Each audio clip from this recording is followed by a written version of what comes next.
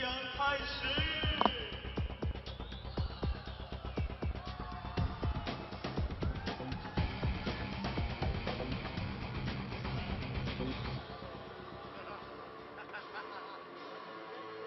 very good evening to you and welcome to Central China in Wuhan in the province of Hubei for semi-final day of the Dongfeng Sichuan BWF Uber Cup.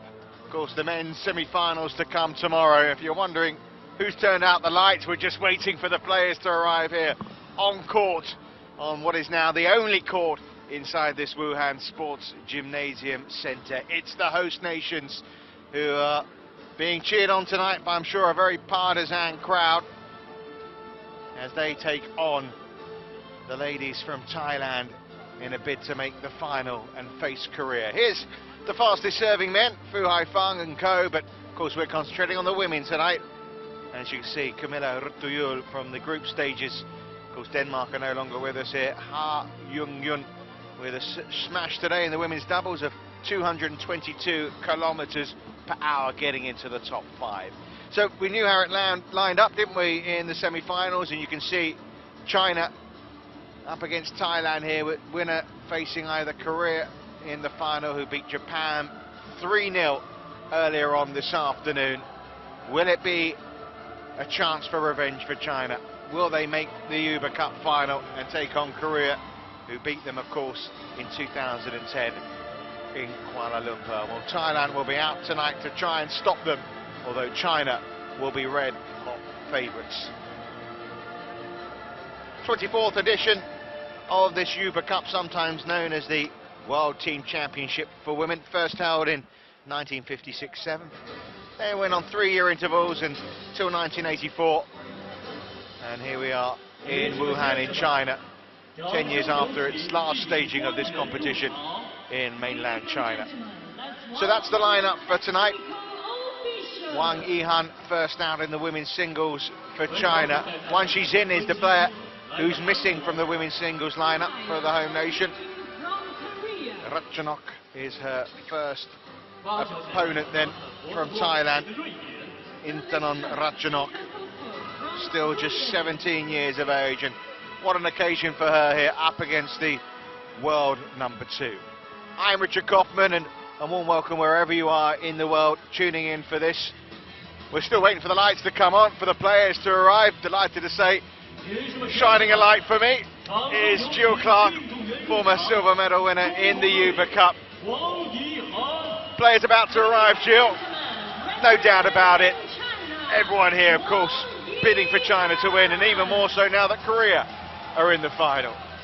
Yes, and of course, home advantage, home support, and how many badminton fans around the world would love to see a repeat of the final of 2 years ago. That said, you know, I think it's absolutely wonderful to see Thailand here in the semi-final. It's a really young team, apart from one very experienced player in the women's doubles, but here is the world junior champion up against, of course, the current world champion. So, I mean, it's the best of the best, really. And as far as Ratchanok is concerned, well, I remember her last year at the Sudirman Cup at the age of 16, remained undefeated throughout the entirety of the competition. So she's used to these big occasions. She's won, as you say, 3 world junior titles.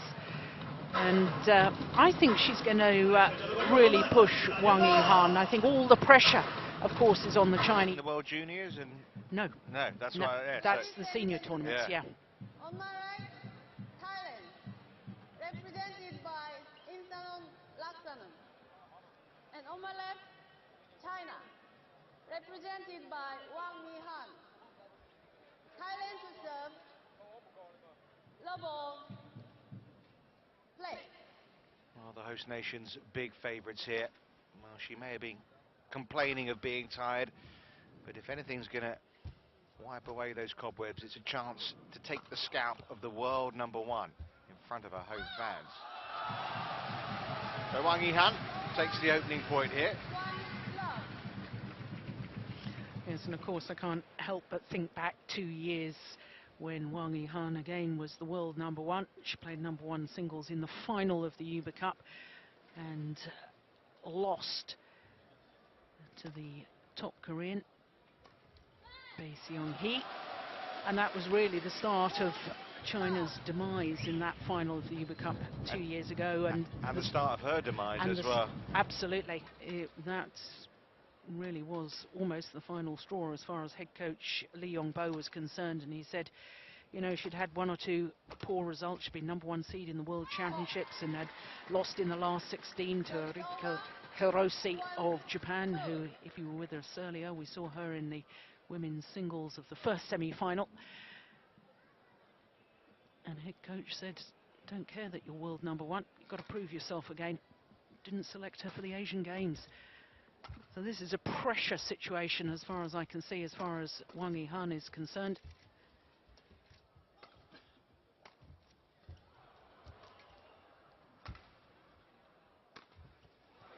Yeah, that is a pressure situation for her. It's a pressure situation really for all of the women's singles, though, in the China camp.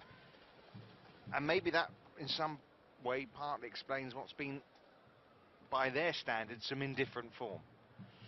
Yes, I think so. I mean, the thing is, as far as the women's singles are concerned from China, they have the top 4 positions in the world ranking. Now, for players to qualify for the Olympics, to get 3 players into the Olympic Games, all 3 players must be ranked in the top 4 in the world. Now, they've done that in the men's singles, along with Lee Chong-wei from Malaysia, so it's quite obvious which 3 men's singles players are going to go. As far as the women are concerned, it's still up to China, basically, in essence, to select 3 of those 4. So that's added pressure for all of these top singles players from China to prove themselves here in this Uber Cup. I can deal with pressure, I can deal with the big situation, and, you know... and what do we read into the fact that Wang Shizhen wasn't picked yesterday and wasn't picked today? Well, I suspect we can read quite a lot into it. Wang Shizhen has had 1 or 2 indifferent results in the India Super Series event. She was the #1 seed, lost out to Juliana Schenk from Germany. She's had a couple of losses to her.